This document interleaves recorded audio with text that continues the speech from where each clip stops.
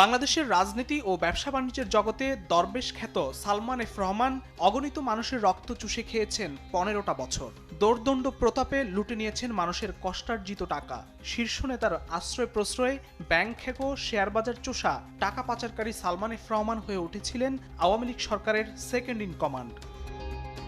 এই second in কমান্ডেই সরকার পতনের সাথে সাথে বদলে ফেলেন নিজের রূপও। তাতেও পার পেলেন না, ধরা পড়লেন আইনশৃঙ্খলা বাহিনীর হাতে।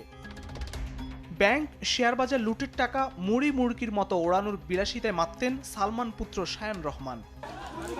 কোটা সংস্কারের দাবিতে দেশে ছাত্র জনতা যখন অকাতরে জীবন দিচ্ছিল, স্বৈরাচার শেখ হাসিনা সালমানগংয়ের ক্যাডার আর অনুগত পুলিশের গুলিতে, তখন সালমান পুত্র শায়ান রহমান ব্যস্ত প্রমোদ লীলায়। ৫০০ অতিথি নিয়ে ৩ দিন ব্যাপী জর্ডানে বিয়ে বার্ষিকী উদযাপনের প্রমোদে ৩০০ কোটি টাকা ওড়ান শায়ান রহমান।